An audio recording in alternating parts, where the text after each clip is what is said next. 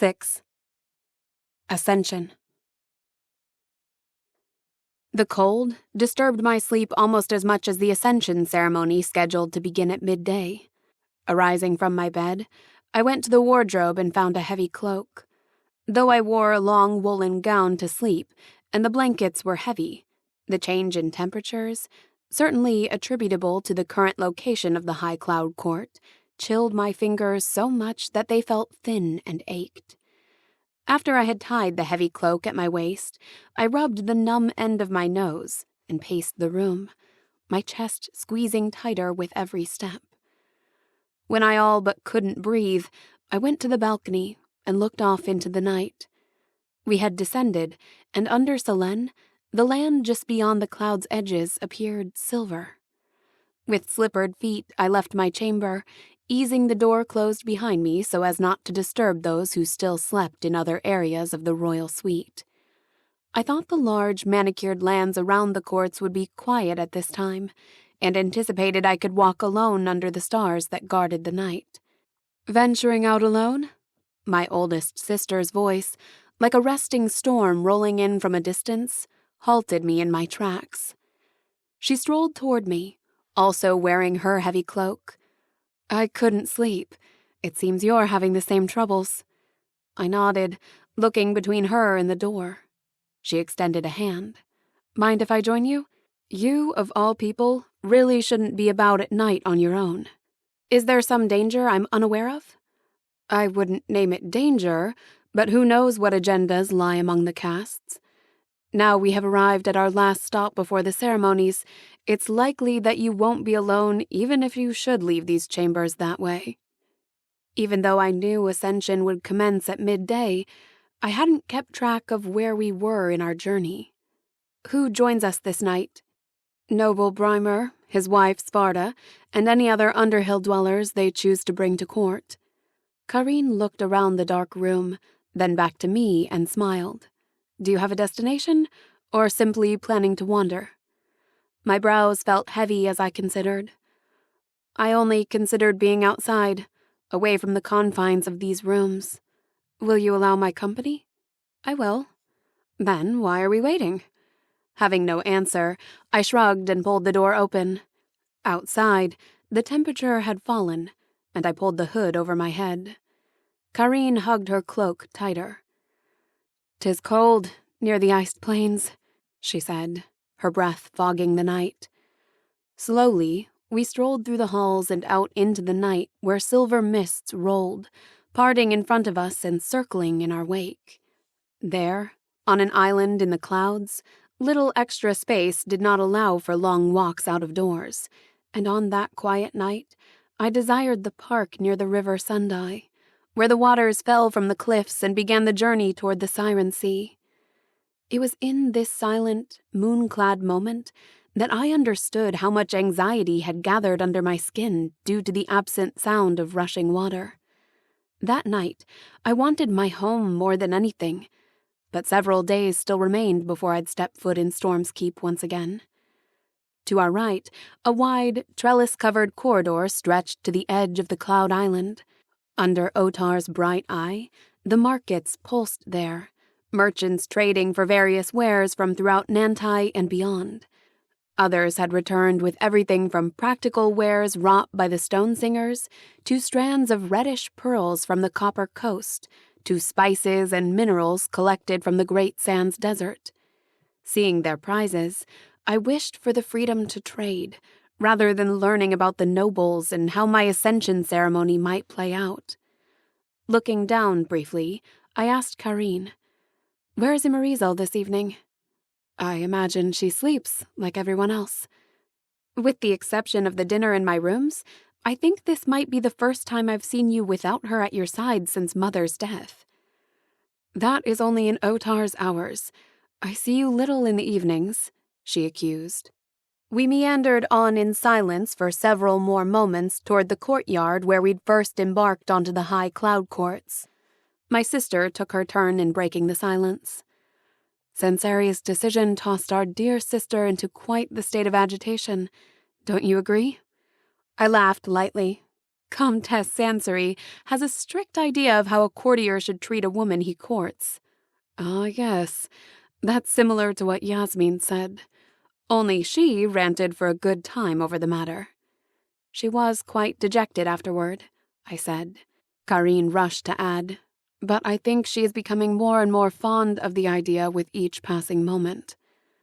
Is that not what you'd expect, sister? I faced to her with a questioning gaze. She angled herself toward the light, so I could see her expression fill with sheer amusement. I find it, shall we say, an apropos happenstance that she feels forced into something she'll love, yet she can't see its value. Love seems to be blind. Those last words grated, but her expression remained open and insinuated mere observation. She took my hands in hers and went on. Mairynne, I must apologize. Her brows furrowed, and she pursed her lips. Curious, I waited for her to continue, my eyes wide and blinking, but words escaping me. Mayhap I found myself the slightest bit bewildered that my ever-so-poised and in-command sister offered an apology so readily. I admit, she said with a chuckle, I was bitter when father wrote you into the annals as his successor. It should have been me, by birthright, but that is only part of our ways, and I've spent too much time worrying over that. I want... She swallowed hard, struggling to get out something that had clearly weighed on her heart. No, that's not right. I need for us to be closer again, like we were when we were children, when we sat at father's feet listening to the stories of the realm. She squeezed my hand, and when her eyes met mine, they glistened. Grasping her hand tighter in return, I sighed. Oh, Kari, despite the cold of this night, that warms my soul. I wrapped my arms around my sister, and she pulled me close. We stood there in an embrace at the edge of the only courtyard on the island, reconnecting.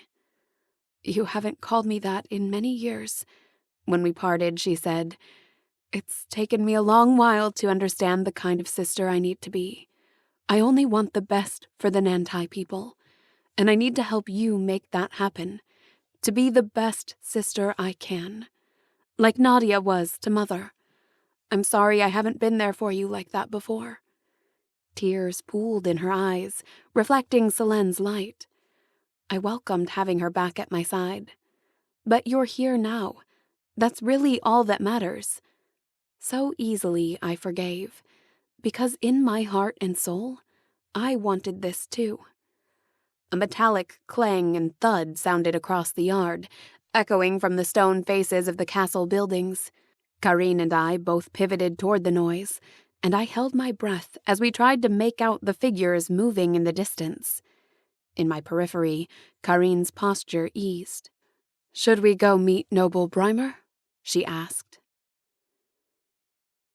One of the cloud courtiers caught sight of us before we arrived and met us a dozen paces out. When close enough, I could make out the crescent moon shape embroidered onto the shoulder. Ciro Vior, good eve to you, I said with my chin held high. The courtier bent at the waist, one arm wrapped around the front of the waist and the other around the back.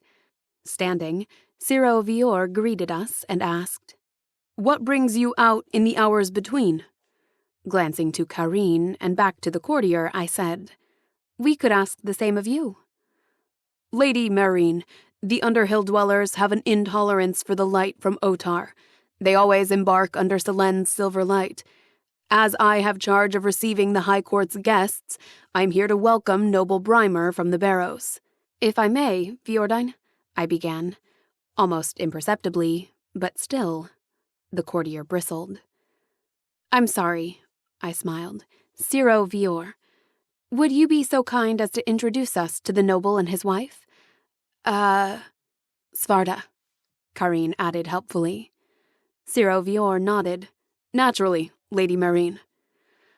The tales of the Underhill dwellers did these people few favors, but they also did little to depict their true image. They were a stout people who stood a head shorter than the average storm sorcerer, but from a hunched posture rather than a shortened spine. I, being shorter than most storm sorcerers, still needed to gaze down to greet the noble and his wife. Under Selen's light, their skin and hair were both so pale they seemed gray. As the courtier called to noble Brymer, the Underhill dweller turned, and I stifled a gasp at the oddity that stared back at me. He had a wide forehead and oversized ears that each came to 3 subtle points. Eyes that gave off a warm yellow light regarded me. His eyebrows and mustache extended toward his sides and appeared to be something other than hair, thicker and finger-like. I made note to inquire about that later. He loped over and extended an arm that, at resting, hung to his knees. His wide hand with blunt nails awaited my acceptance. When I accepted, he folded the chunky fingers around mine, and though I'd never considered my hands dainty, they seemed wispy in comparison to his.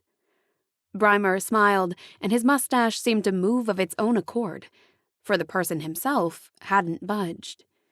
His voice, when he spoke, was gravelly. "Lady Mairynne, I see. You have the look and feel of Kogo Norlane. We are pleased to know you. We have brought the journal that will be the first of your annals, as well as other papers and scrolls as gifts to the newly ascended empress and her people." He turned away briefly to yell, "Svarta, come!" My stomach twisted into knots at the mention of Mother's name, and the icy stone resting on my chest flared. I forced my hands to remain at my sides and keep my mind with the newcomers. Mother had passed into her next life, the mourning period had passed, and I needed to tend to our realm's business. To my continued surprise, Svarta resembled her husband in most features. The main differences between the two were in breadth. Her more delicate lips beneath a mustache, and 2 brown bands that ran down from under her ears, down her neck, and disappeared beneath the line of her dress. Svarta had voluminous, curly white hair that hung over one shoulder, and she wore a trio of piercings in each point of her earlobes. I held out my hand to Brymer's wife with a smile. "It is lovely to meet you, noble Lady Svarta." As she shook my hand, Brymer wrapped an arm around her waist and gruffly pulled her to him. "My wife," he said to her, "after tomorrow, this will be our new empress." Svarta's eyes flashed, then dimmed. She reached into a pocket and brought out a compact package. Grabbing one of my hands, she placed it in my palm and folded my fingers closed, backing away with a slight smile and twitch of her mustache. She looked at Brymer and made a few clicking noises while her mustache danced. Brymer grinned proudly and said, "It's one of the best tubers grown by my people. A delicacy. My wife believes you will be a fine empress." "Thank you, Svarta. I appreciate your confidence," I said, though I couldn't fathom what gave her that impression upon first sight. Careen leaned over and whispered in my ear, "You only have a few hours left to sleep before morning." I nodded, straightened, and said, "I am happy to have met you both, but I should return and sleep. Until tomorrow." We went, my heart heavy at all the talk of Mother, and feeling somewhat alone without Nadia here to support me. The apology from Careen had taken me by surprise, but felt sincere and difficult for her. For me, it was long overdue. I decided on that walk back to our rooms that if she could extend herself, then I should too. "Kari," I said as we meandered back beyond the market. She made a small sound of assent. I continued, "Tomorrow, the oath I will take will not be the permanent oath of ascension." Careen grasped my arm and pulled me to a stop, facing her. "What do you mean, sister?" With a look into the market alley and one down the hall before us, it appeared we were alone, so I told her about my plan. I will open with the words of Tenyo Macanine from the first of the annals, just before he underwent the separation from the Kuroi dragon. His annals read, "I shan't wholly relinquish my right to rule the people. Before I undergo the extraction, My brother Mourwine shall take this oath and rule in my stead until I am once again able. After a pause, I added, tomorrow, I will take Mourwine's oath. Mairynne, what are you talking about? Do you think this will appease the council? The Triad? I don't know, Carey, but... She held up a hand. I know you feel father lives. You've said so enough times. I searched her eyes for understanding, and I believed I found it. It's also that I am not ready to be empress. I looked down. I'm scared, Carey. As of yet, I didn't know if I could trust my sister enough to tell her I planned to go with Thalasia. That would stir another series of questions I had no intent of answering on that night. Mairynne, you must inform the counselors of your intentions before we go into court tomorrow. You can't afford dissension within the Storm Sorcerer's caste at High Cloud Court. If there are indeed any castes intent on unseating us as the first caste, it would open the door wider for them to step inside. There is no time to discuss this with the advisors, Careen. Nadia and Solarine already know. After Ascension tomorrow, everyone will know. And I don't think our father's counselors will openly show dissent. Will you keep this between us until that time, sister? She started to speak, but, seemingly at a loss for words, pressed her mouth into a tight line. Maybe she only thought better of objecting as we were finally making peace. Which was the case, I couldn't say. I didn't ask. Rather, I inquired quietly, do you think it's the right thing? It is not a course I would take. She looked at me long and hard. For what she searched, I was unsure. What she found, I also did not know. But she finally said with a reluctant smile, I will keep it between us, and I do think it right. You must follow your soul's calling and be true to thine self first. Wasn't that the lesson Father always taught? By midday, when my ascension began, the Cloud Island had risen into the skies once again, and I sat at the focal point within the High Cloud Court. To my left, my retinue took their seats in the pews of the first caste. My caste, the Storm Sorcerers. Lucas Thundergala, acting as my first advisor, sat in the front. Behind him, Solarine, Azurine, and Omine populated the second row. Careen, Imarizel, Yasmin, and Nestrine the third.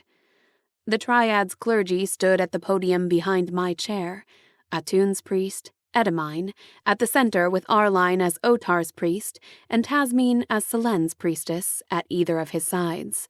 Silence hung over the court, and I watched the entourage of each caste noble filter into the room in ranking order. Powdered and glittered cloud courtiers, darker-complexioned fire forgers, small and deceptively peaceful-looking frost fighters, then the broad stone singers, and finally, with dark glasses and their tentacled mustaches, the Underhill dwellers. When each noble and their council had taken their respective seats from left to right in the semicircle, Edamine called Ascension to order. His aged voice still strong, he invited the leaders. Will each caste's noble state your name? Tasmine Hollowgala of Selen will record your attendance for Nantai records. I turned my head toward my retinue as Lucas stood and said, I am Lucas Thundergala, acting first advisor to Lady Mairynne, who is here before the Nantai people to accept the caste gifts and the treasures of the Nantai, and to take her oath. As he sat, the foremost cloud courtier stood. Lady Mairynne and Edamine of Atun, in representation of the cloud courtiers, I am noble Strato Imar. The courtier sat solemnly with a straight back and faced the next in line. A dark-complexioned man stood. Noble Uas Atith of the Fire Forgers, he said efficiently, and quickly dropped back into his seat. A small woman in a silken, cream-colored suit stood. When she spoke, her voice made music of the words. Noble Lady Tenkara of the Frost Fighters. Gruffly, the stocky but clearly feminine leader of the fifth caste said, Noble Sarangarel, representing the Stone Singers. She smoothed the large necklace with many inlaid gems surrounding a blood-red ruby as she returned to her chair with a thunk. Finally, the shorter man with long arms whom I'd met at midnight before lurched to his feet. He didn't remove the glasses shading his eyes, and his mustache twitched as he said, "Noble Brymer, here from the northerly barrows on behalf of the Underhill dwellers." "Welcome, nobles of Nantai," Edamine said as Brymer took his seat. In the pause between his welcome and his next words, I considered the Sinti and the small folk, mourning the fact that some peoples within Nantai lacked representation that day in the high cloud courts. Edamine didn't leave much room for consideration as he introduced himself, Amar, and Tasmin, then called for the ceremony to continue. "Today, as the Nantai people bear witness, the storm sorcerer heir selected, Mairynne Evangale, third daughter of Tenyo Azarine Evangale and Kogo Noraline, comes before you to receive the sacred treasures and swear her oath to the people. The days that follow begin the cleansing in preparation for the Daijo Sai, in which she will commune with Otar, seeking his blessing to take her place as empress of the Nantai people. 3 days later, the festivals will follow. Noble Strato Imar of the Cloud Courtiers shall present the first treasure." The courtier Strato Imar seemed to drift in his long robes, with only small bends at the knees with each step toward me at the center of this affair. I caught myself wringing my hands and forcibly willed them still in my lap. The courtier reached the place where I sat and dropped to a kneel on the large pillow before me.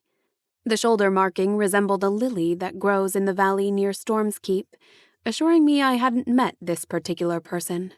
"Lady Mairynne," Strato Imar began, "upon Atun, the all-seeing god, Selene, the Lady of the Moon, bestowed a mirror that enabled him to see truth in all things.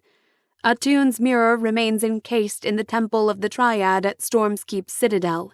This mirror," she held toward me an open box with a circular silver object resting on a black cushion, "is a replica of Atun's mirror, enchanted that you may see truth when you look upon the glass. May you use this justly as you take the seat of the Nantai people." My mouth and throat parched, I ran my tongue over my teeth, hoping that the words I needed to voice would sound confident. I accepted the box. "I am honored, Strato Imar." Lifting the small object from its bed, I opened it and looked into the glass. My reflection stared back, my eyes worried. I turned the glass so it caught the reflection of the cloud courtier. She looked softer in the glass, her face full and body shaped in nice curves, and in general, I found the softer image far more attractive than her homogeneous and slender illusion. Smiling knowingly at her, I put away the mirror and accepted her hands. I echoed the words of Tenyo Makanine. "Humbly, I accept this treasure and pray to Atun for guidance in its use." The trinket seemed like something that would be of use at the High Cloud Court, but it also felt like an invasion of these people's privacy. It was temptation, one that could be useful, but could also hurt. For reasons I didn't understand, the Cloud Courtiers willfully changed their appearances into a look I assumed they considered collectively beautiful. That I disagreed mattered little. I vowed to myself that I would keep the mirror close, but refrain from using it unless it seemed necessary to a matter of ruling my people. Idly, I thought how my father had once endured this ceremony, receiving the same gifts as I accepted now. The stone resting against my chest burned as I wondered where his mirror had gone. "Yuos Atith of the Fire Forgers," Edamine said. "Please bring forth the sword." The man came forward, scabbarded sword in hand. He knelt onto both knees, head bowed, and held the sword with both hands across his thighs, one on the hilt and one on the sheath. He lifted eyes as black as coal to mine and said, "Mairynne Evangale, this sword carries no special enchantments. yet my most talented forgers wrought it from the purest ore vein in all of Nantai. In the same manner that Otar, the Day-Seer, presented Atun, the All-Seer, with the heavenly sword of gathering clouds, I present this to you, our empress. As Kogo, may you see the clouds gathered for the nourishment of the Nantai people." The lack of enchantment signified that the storm sorcerers, who could innately channel the clouds to water the crops, were indeed the gods' intended ruling caste. Holding both hands forward to accept the second sacred treasure, I said, "I am honored, Yuas Atith." Once it rested in my palms, it felt light. I drew my brows together. It seemed smaller than the others. My father's sword, I recalled, stood almost to my shoulder when the tip rested on the ground. Likewise, when I had visited Otar's sacred temple, all the retired swords had seemed larger than manageable. I slid the blade from its seat and appraised the blues and grays in the contours of the metal. This one I could hold easily at my side and would be able to swing with minor effort. "Lady Mairynne, the Fireforger priest crafted the blades from the blessed ore and under the watchful eyes of the Triad. Your blade is exactly as the gods intended. I know not why it is so small." His brow furrowed in reflection of my own at his last words. Reseating the sword and placing it on the ground next to Atun's mirror, I offered my hands to the Fireforger. "Of course, Yuas Atith. I have faith that the blade is true. I humbly accept this treasure and pray to Atun for guidance in its usage." When Yuas Atith had returned to his seat, Edamine called forth Sarangarel of the Stone Singers to present the jewels.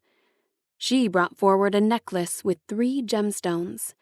As she knelt on the pillow before me, she said, "This necklace represents the Triad itself and the gifts that Atun gave to Otar and Selene in thanks for the mirror and the sword.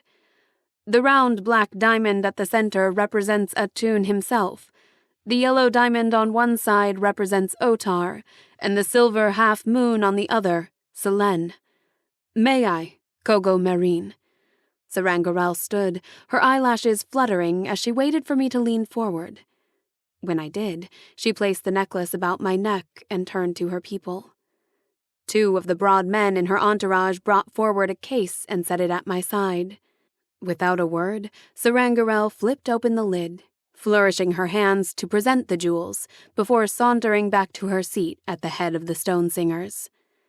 The case full of twinkling jewels was the first of the caste gifts to their new empress. Afterward, each caste came forward in turn and offered gifts from their people. The Cloud Courtiers gave fine silks, the Fireforgers brought fine household items of various metals, the Frost Fighters offered bottles and bottles of sweet wine, and the Underhill dwellers offered scrolls of parchment for the royal library. As the gifts piled up around me, I worried, chewing the inside of my lip. Soon, it would be time for my oath. When the nobles had delivered the last packages, Edamine's powerful voice called the group back to order. The murmurs died down, and he said, "The giving of treasures and gifts is complete. It completes the first rite of ascension. Now, Mairynne Evangale will take her oath to the people. Noble Brimer, bring forward the first of Kogo Mairynne's annals." I stood and turned as the noble lifted a heavy, ornately bound book and lumbered to the podium. He opened it to the first pages, opened the ink jar, and dropped in a sharpened feather. He held out his hands for me to take my position. "Many thanks, noble Brimer," Edamine said. As the Underhill dwellers' noble returned to the rest of the Underhill dwellers, I turned to Lucas and asked, "May I have the scroll?" Silently, he delivered it unto my hands and returned to the seat at the head of the storm sorcerers. I spread it before me and carefully regarded each of the castes in attendance. At length I said, "My people of Nantai, before I take my oath, I would read some words from the annals of Tenyo Makanine, the Scarred, first emperor of the Nantai people. As he prepared for his separation from the Kuroi dragon, he wrote, "The shamans say that this may well take my life. They say that if I am fortunate, I will live, but I will likely be unconscious for weeks, maybe longer. They say that even when I resurface from the depths of consciousness, that I will be unfit to rule for many moons. I shan't wholly relinquish my right to rule the people. Before I undergo the extraction, my brother Morwine shall take this oath and rule in my stead until I am once again able." Lifting my eyes from the scroll, I scanned the faces in the semicircular formation. Eyes were wide with shock, and the room didn't breathe or make a sound. They waited. I went on.